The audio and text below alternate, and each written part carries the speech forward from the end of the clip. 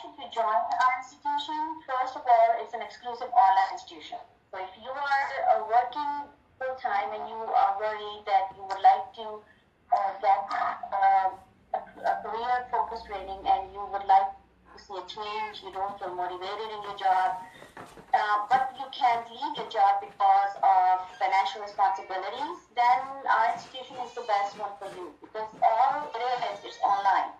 You don't have to go to a campus. You do not have to go to attend classes in order to be present, considered present, or get the attendance. Attendance basically is as long as you do your work, you do your assignments. We have an online learning management system that once you get admission in our institution, we will familiarize it to you.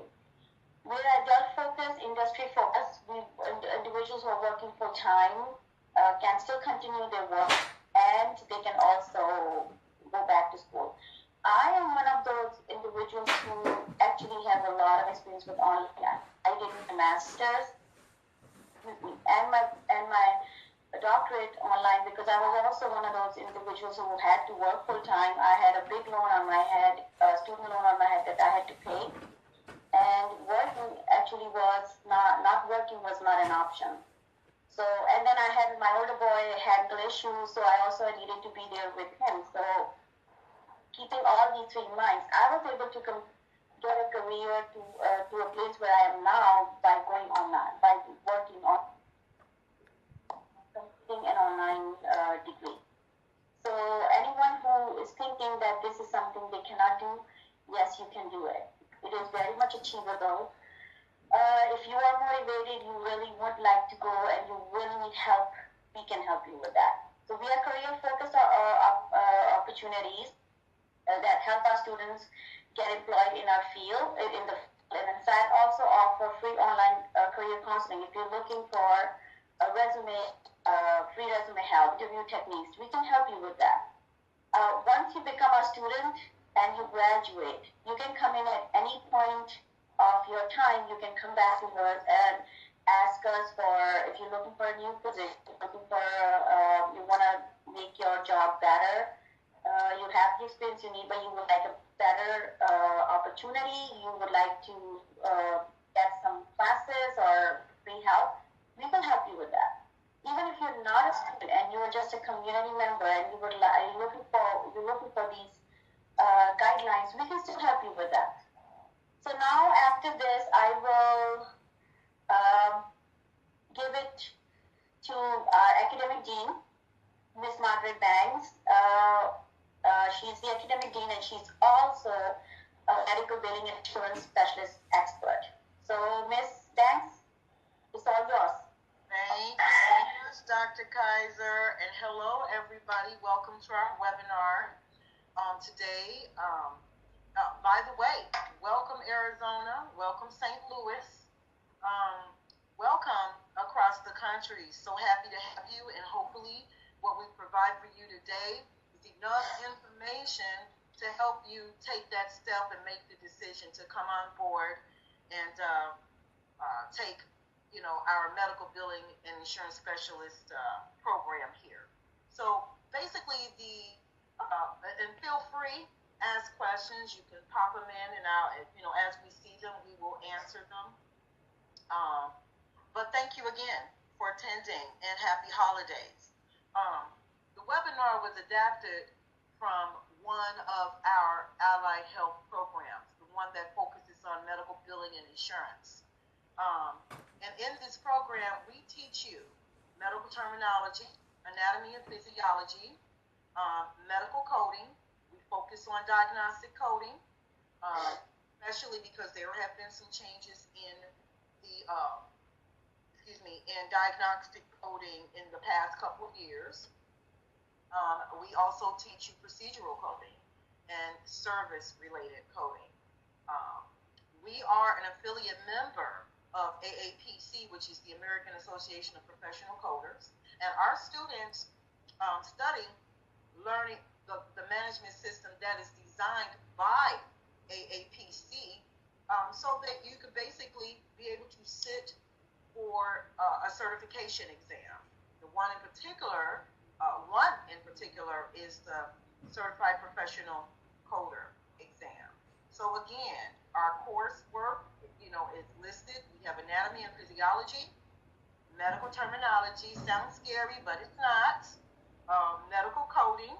We do healthcare reimbursement that deals with the different types of insurance, how the insurance industry works, how to basically, get the proper reimbursement based on, what it is that we are coding and billing for.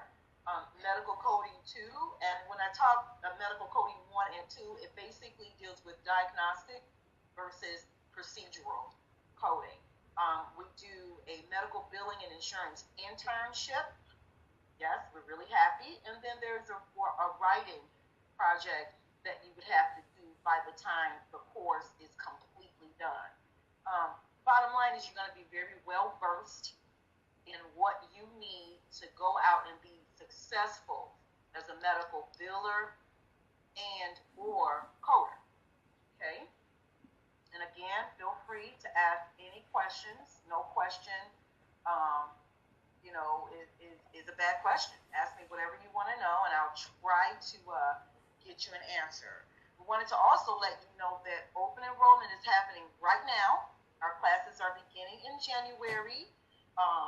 And here's the really good thing, and Dr. Kaiser can probably speak really quickly about the benefits to enrolling now and enrolling early. Dr. Kaiser. As a welcome for our organization, we provide each student with a free tablet. The purpose is that you're doing online, and for online, you do need to have a tablet or a computer that you could use because everything is online. So we provide the students with the technology and also with the curriculum and the learning management system. Plus, you also get 15% off tuition. So you receive guidance and curriculum competencies that employers and hospitals expect.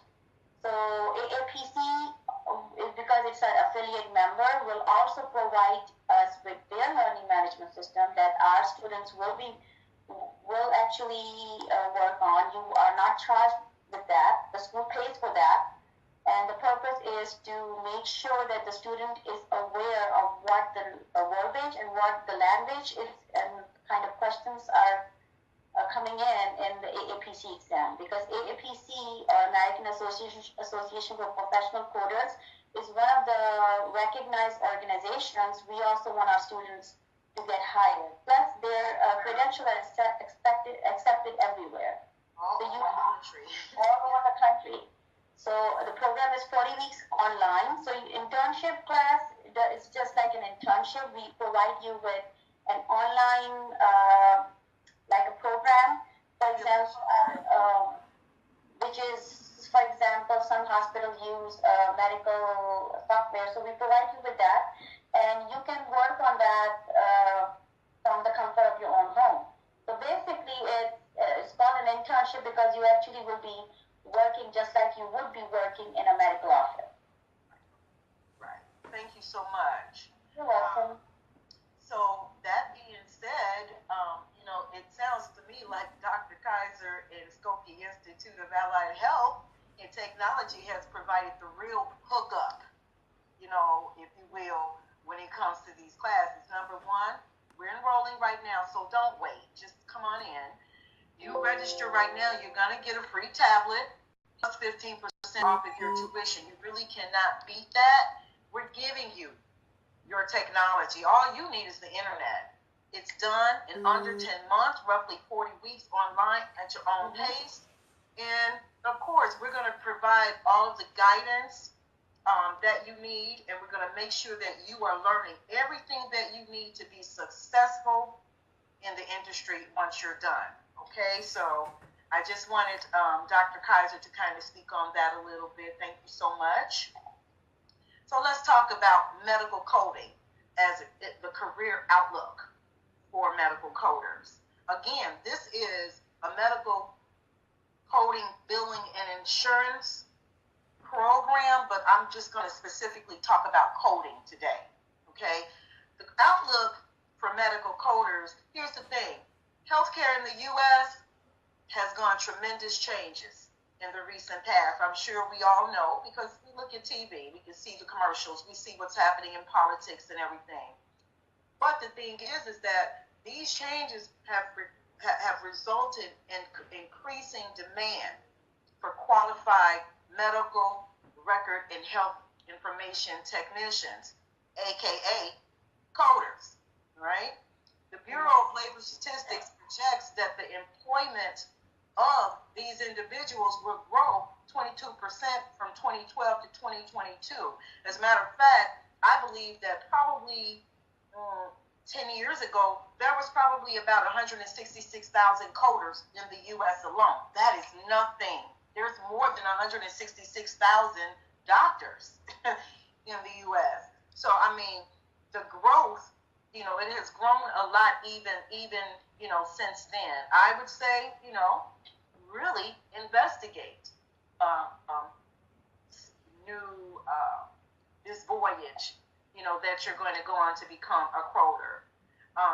The credentialed medical coders make more than non-credential coders. And what I mean by credentials is we have two of the major credentialing bodies. One is AAPC, which is American Association of Professional Coders. We are, at Skokie Institute, we are an affiliate of that, and we are already connected with them. And then the other one is AHIMA, which is American Health Information Management Association. They're the only two, well, they're not the only two, but they're the major two, where their credentials, if you've got credentials, it's accepted all over the country, and it will help you get your top dollar. I can tell you that on average right now, through AAPC, per their salary information, the average salary of a coder who is certified is $50,755. That's pretty good, and that's average. AHIMA, they're at $53,862. But the thing is that the medical coder salary is going to vary depending on what your designation is, or rather what type of certification you have, your experience. Obviously, if you're starting out, you're not going to make as much as someone with 15 years experience. In addition to that, your workplace, makes a difference, and the responsibilities that you have. Your workplace, are you in a doctor's office? Are you at a lab? Are you working in a hospital? Your geographical area makes a very big difference, and I'll talk a little bit more about that in the next slide. And then your responsibilities. Are you a coder? Are you a trainer? Are you a manager? All of those things factor in. What I've given you is the low end of all of it, and it can only go up from there. So I think that that's not too bad. Starting out and with 10 months of education, you could be there, okay?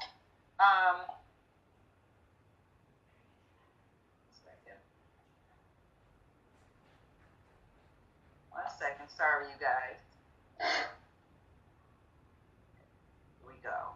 So what I did was I just did a little survey to just get the general by the geographical area that you live in.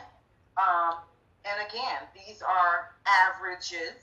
But if you live in the Pacific area, California, that whole West Coast, on average, coders are making about $58,744. Mountain area, the Dakotas in that, you're looking at $49,998. That's roughly $50,000. In the Midwest here, in the Great Lakes area, we're at about $48,205. If you're in the South, and I'm talking like Georgia and St. Louis, well, not St. Louis, but maybe Georgia a little further south, you're looking at $50,000. Go up into the New England area, Connecticut, New Hampshire, those areas, they're at 54 plus. And if you're in the Mid-Atlantic area, and what I mean by that, I'm talking like the D.C. area, Virginia, those areas near D.C., they're making $56,000 a year. And then down in the Florida area is $50,000. So pretty much what you can see here is that it's consistent And certification makes the difference. Don't know what you make right now, but you have the opportunity, if you study and do what you need to do and get yourself certified, the sky's the limit, and it can make your life will be a whole lot easier, I would imagine, especially considering what we're in for with our new administration. So get busy, get ready. All right? Coding can open lots of doors. Okay? The thing with being a coder is that you're not tied down to one particular place. You don't have to have just one job. You can have several. You can work remotely from one company, meaning you can work on your own time at home for one company, or you can work with a hospital where you're going in and here are your hours, or you can do them both at the same time. The thing is that as a coder, this is a credential. You can work many places. So your income potential is not really limited if you want. There are many roads you can go take with the coding background. You have to be prepared, though, to spend the time and effort to study and work hard. Coding is not a race, and this is what I tell people all the time. It takes time to code. It takes time to get good at it, but if you do it, you study really hard, you put the time in necessary to perfect your craft, you're going to be rewarded. Your commitment will absolutely be rewarded. Okay? So, what's medical coding? Exactly. What is it? Well, it's more than just assigning services and diagnoses. Okay, coders have to abstract information from a person's medical record. So yes, you're looking at people's personal information, sensitive information. And coders, we have a very high standard, ethical standards that we have to adhere to. What you see stays there. It's nobody's business. You need to do what you need to do to abstract the information from the patient record. You combine that information with your knowledge of reimbursement and coding guidelines so that you can optimize provider payment. And what I mean by provider, I mean doctors, hospitals, whoever it is that you're doing the coding for. We've been called the fraud squad, and that's because we optimize, we never maximize. In other words, we only code for services that the patient has actually had. Whatever is documented in the medical record, we're able to take that and abstract it and bill for it. If it's not in the medical record, this is what we always say, if it's not in the medical record, it didn't happen. So you can't code it. You can't put it there. You can only code what you see. So with that being said, again, the ethics come in. You don't have to worry about anything because you're only coding what you see. It's a great thing. Okay? What's medical coding? Well, when a person receives health care, this is how it works. When a person receives health care, a medical record is maintained of the medical resulting observations, any kind of medical or surgical treatments, their diagnostic tests, and their treatment outcomes, okay? What we do as medical coders is we translate this dictated record or this written medical record that you see the doctors that scribble that they do. We actually take that and we translate it into a series of numeric or alphanumeric codes, okay? They're called code sets. There are different ones to describe different things. So we have a code set that only describes diagnoses and the different types of illnesses, accidents, injuries. Then there is the code set that deals with services that are provided to a person, including procedures, services like doctor's visits, procedures like x-rays or labs or surgeries. And then there's a code set that deals just with supplies. So for every Band-Aid, For every pill, for every piece of gauze, there is a code for that, okay? There are separate code sets to describe everything. And these code sets serve as a common language to make it easier to collect data, evaluate patient quality of care, and determine the costs and reimbursements. Proper code assignment is determined by the content and the unique coding rules that govern the code set in that particular instance. Okay, so that being said, there are rules when it comes to coding. That's what this course teaches you, is how to properly assign codes for everything under the sun. It's typically performed by either a physician or a medical coder. Some physicians code. It doesn't happen a lot, but it does happen. And in that case, if you are a coder working with a physician, then you're going to act as an auditor. So you're the person that's going to verify that the documentation that is in the record actually supports the code that the physician is selecting. In other words, you're going to check the physician and make sure that he's coding it right. So you become the auditor, if you will, and sometimes you may act as the trainer. Remember, by the time you're done with this and you have gotten your certification, you are a coding expert. You will be certified as a coding expert. So, of course, the physician's going to listen to you to get the right codes in.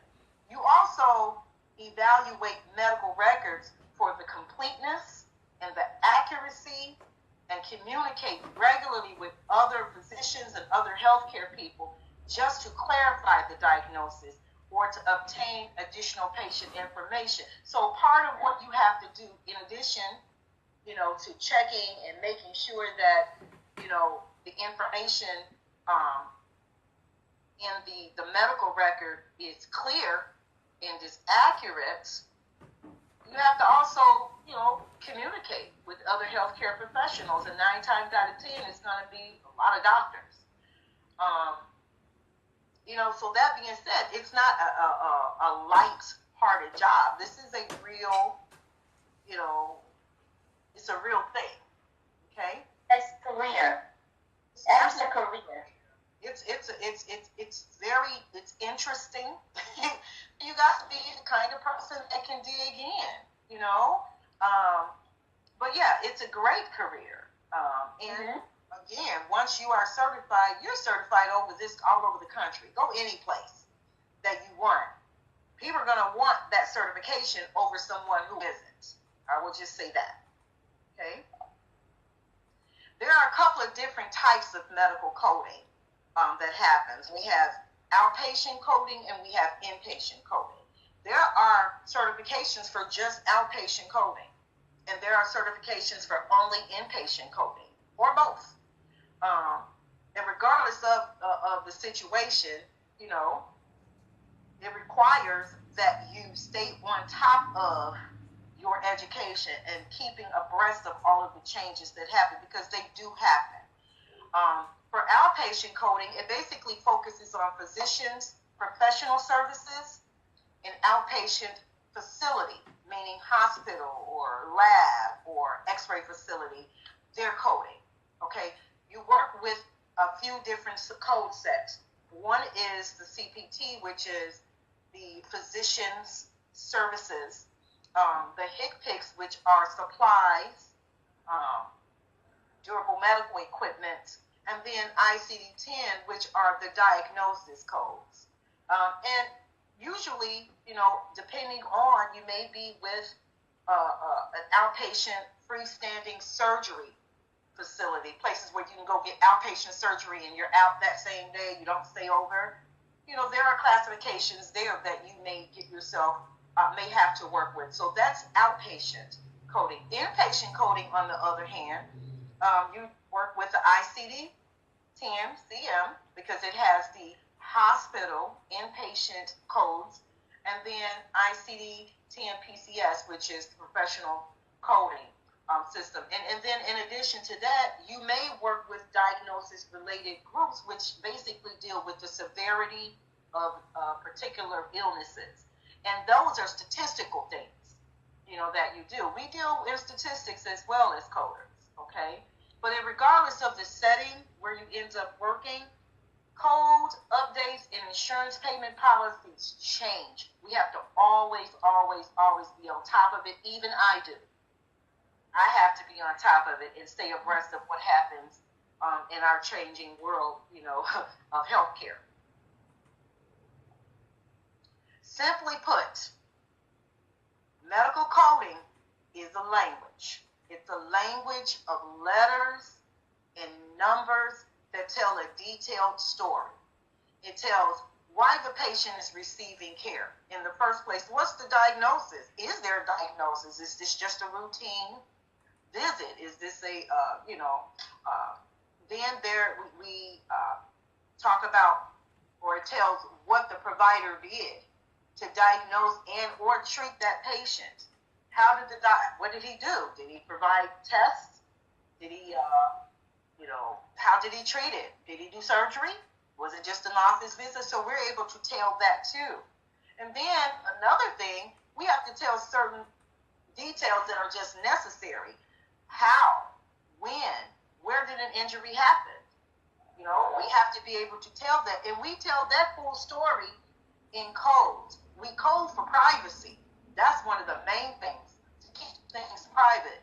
Not everybody can decipher what is being said when it's in code. And not everybody needs to. A person's private health information is their private health information. Very, very important. There are laws and rules that govern the type of information that is put out. When, where, and who can do it, and to whom, and so on and so forth. The when, where, and how the injury happened, we're able, for instance, to even, I did this once with the class that I taught. I had them code a story. I basically told a story. And in my story, I said, okay, I was playing tuba in a band, in a marching band. We were marching around a prison. I got bit on the ankle by a gullah monster. And I passed out for a half hour. We were able to code that exact story in strictly code. And that's the main thing. You got to be able to tell the full story. And that's basically what medical coding is. We tell the story. And we keep it private. The only people who know what we're saying are the people who need to know what we're saying. Okay, so we're the keepers of the information, if you will. Excuse me. That being said, I wanted to go again and talk a little bit more, just touch on one more time about what our program includes. Again, today's webinar was basically just specifically about a portion of our medical billing and insurance specialist program.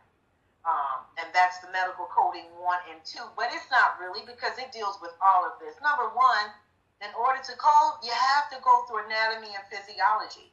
Mm-hmm. You need to know medical terminology. You can't do it if you don't have those things. And we teach you that in this course. Anatomy and physiology, you need to know the body. You need to be able to know if you're coding something that is related to the arm versus something related to the foot. Okay? We teach you medical terminology, how to actually determine, based on what you see, exactly what's going on with the person. Okay?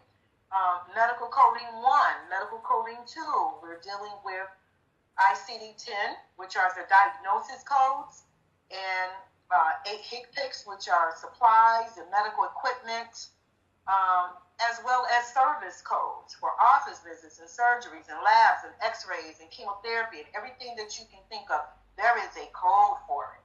But in addition to that, we give you an in-depth course on health care reimbursement. You can't code if you don't understand reimbursement. You need to know it. And so we go into insurance claims, how to bill it properly, what to expect, how to follow it up, the whole 9 yards. And these are things that will help you in your own personal life. You know, you will become, and I know Dr. Kaiser can attest, that you'll end up becoming the family expert on everything medical just because you're in class. Get ready. It's a good thing, you know, that people will trust you, you know, to help them out. Now, look, they'll say, okay, well, I have this thing and it's been hurting me, blah, blah, blah. Well, okay, I don't treat, you know, patients, and I'm not trying to, but, you know, again, you'll become the family expert. But we also take you through an actual internship program, which is awesome because now you're going to get some hands-on what it is that we're teaching you to do. And then, of course, you have your writing program, which we look forward to reading, to get you, to make sure that, you know, our goal is to get you to the point where you are certified and working in the industry. Okay, your success is our success, and we want that very much. Enrollment is going on right now. The classes are beginning in January. Please register. You'll receive a free tablet. There's 15% off of the tuition right now, which is awesome because the tuition is very low compared to some of the other schools. I've been there. I've worked in both non-for-profit organizations as well as schools that are for-profit. This one is a non-for-profit. Let me also include that, you know, like Ms. Banks said, that different institutions will provide you with the training. You really need to go and look at what organizations they're getting their curriculum approved. So our tuition is very low compared to